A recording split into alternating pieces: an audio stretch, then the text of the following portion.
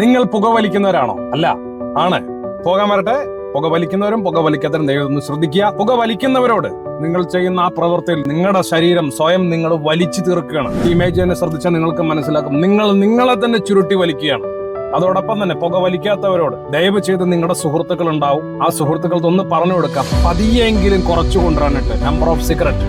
ഞാനിന്ന് എന്റെ പ്രിയപ്പെട്ട സുഹൃത്ത് ശ്രീ സന്തോഷേട്ടൻ, അദ്ദേഹം ഡ്രീം കൺസ്ട്രക്ഷന്റെ പ്രൊപ്പറേറ്ററാണ്, ശ്രീകൃഷ്ണപുരം. അദ്ദേഹം ഒരു ദിവസം 30ഓളം സിഗരറ്റ് വലിച്ച വ്യക്തിയാണ്. കണ്ടിന്യൂസ് 25 കൊല്ലമായിട്ട് അദ്ദേഹം പ്രവർത്തി തുടർന്നു വന്നു. 2 കൊല്ലം മുമ്പേ അദ്ദേഹം സിഗരറ്റ് വലി എന്ന് പറയുന്ന ആ ഒരു ദുശീലത്തിൽ നിന്ന് വിമുക്തി നേടി. അത് വേറെ ആരുമല്ല ചെയ്യിപ്പിച്ചത്, അദ്ദേഹത്തിന്റെ മനസ്സിൽ നിന്ന് തന്നെ ആ ഒരു തീരുമാനം എടുത്തു. എന്നെ കാർന്ന് തിന്നുന്ന ആ ദുശീലം ഇനി എനിക്ക് വേണ്ട. അപ്പൊ സന്തോഷേട്ടനെ കാണാൻ വേണ്ടി ഞാൻ പോകുന്നേ. ബാക്കി നമുക്ക് അവിടെ എത്തിയിട്ട് സന്തോഷേട്ടനോട് സംസാരിക്കാം. ഓക്കെ, നമസ്കാരം.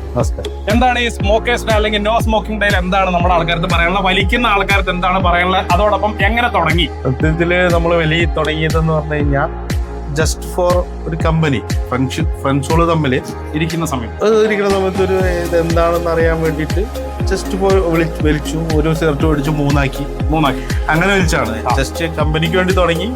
പിന്നെ അതിങ്ങനെ കൂടി വന്നു.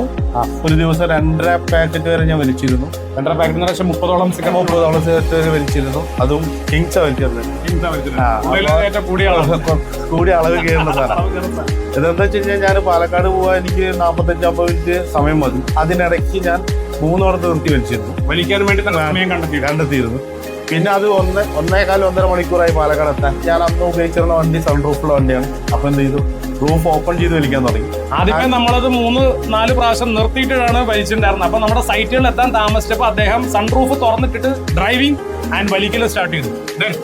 അതിനുശേഷം നമ്മൾ എന്താ വെച്ച് കഴിഞ്ഞാൽ നമ്മളെ വീടിന്റെ ലൊക്കേഷനിൽ എത്തിക്കഴിഞ്ഞാൽ ആ ജംഗ്ഷനിൽ നിർത്തിയിട്ട് ഒരു 2 സ്ഥലത്തെങ്കിലും തുടരെ വലിച്ചിട്ട് വീട്ടിൽ കയറാൻ മുമ്പേ. ഇതെന്താ വെച്ച് കഴിഞ്ഞാൽ ഞാനൊരു കൺട്രോൾ എപ്പോഴും വെച്ചിരുന്നു. വീട്ടിന്റെ ഉള്ളിൽ വലിക്കില്ല എന്നുള്ളൊരു തീരുമാനത്തിലായിരുന്നു.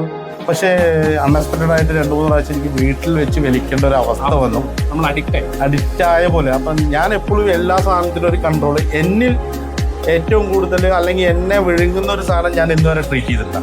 എന്നെ ഔട്ട് ഓഫ് കൺട്രോൾ ആയി എന്ന് കണ്ടപ്പോൾ അന്ന് ആ ഏകദേശം ആ പാക്കറ്റിൽ 4ഓളം സിഗരറ്റ് ഉണ്ടായിരുന്നു. ഒരു സിഗരറ്റ് മൊത്തമായി വലിച്ച് ബാക്കിയുള്ള സിഗരറ്റ് ചവിട്ടിക്കൂട്ടിയിട്ട് അങ്ങനെ കളഞ്ഞാണ്.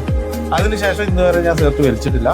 അതുകൊണ്ട് എനിക്ക് പ്രത്യേകിച്ച് പ്രശ്നങ്ങൾ ഉണ്ടാവുക അല്ലെങ്കിൽ കമ്പനിക്ക് പോകുമ്പോൾ സിഗരറ്റിന്റെ സ്മെല്ല് കേൾക്കുമ്പോൾ പ്രശ്നം വരെ ഞാൻ ഇതുവരെ ഒരു സാധനം ഉണ്ടായിട്ടില്ല. ആളുകൾ പലതും പറയലുണ്ട്, ഇങ്ങനെ സ്മെല്ല് കേട്ടാൽ വലിക്കാൻ തോന്നും. കാരണം ഞാൻ അത്രയും ചെയിൻ സ്മോക്കർ പോലെ വലിച്ചിരുന്ന ആളാണ്. പക്ഷെ എനിക്ക് അങ്ങനെ ഫീൽ ചെയ്തിട്ടില്ല. ഞാൻ വേണ്ടാന്ന് വെച്ചത് വേണ്ടാന്ന് തന്നെ ഞാൻ വിഴുങ്ങാൻ പോകുന്ന ഒരു തോന്നൽ താങ്കൾക്ക് വന്നു. അത് ഞാൻ വിടത്തില്ല, ഞാൻ അതിലേക്ക് പോകില്ല എന്നൊരു തീരുമാനം താങ്കളെടുത്തു. യെസ്, എന്തായാലും നമ്മളെല്ലാവരും ജീവിക്കുന്നത് നമ്മളുടെ കൺട്രോളിലാണ്.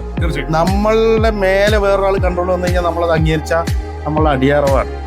അത് ഒരിക്കലും നമ്മളുടെ വ്യക്തിത്വത്തെ ബാധിക്കുന്ന ഒരു കേസാണ്. അതുകൊണ്ട് തന്നെ ഞാൻ സ്റ്റോപ്പ് ചെയ്തു.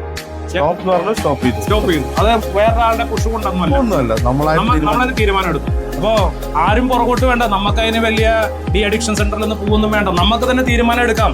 നമ്മൾ ഇനി സിഗരറ്റോ അല്ലെങ്കിൽ മറ്റുള്ള മദ്യപാനത്തിൽ ഞാനൊന്ന് ഒഴിവാകും. എന്നെ ആക്രമിക്കാൻ വരുന്ന ഒരുത്തനെ ഞാൻ എന്നിലേക്ക് അടുപ്പിക്കില്ല എന്നൊരു തീരുമാനം എല്ലാവർക്കും എടുക്കാം.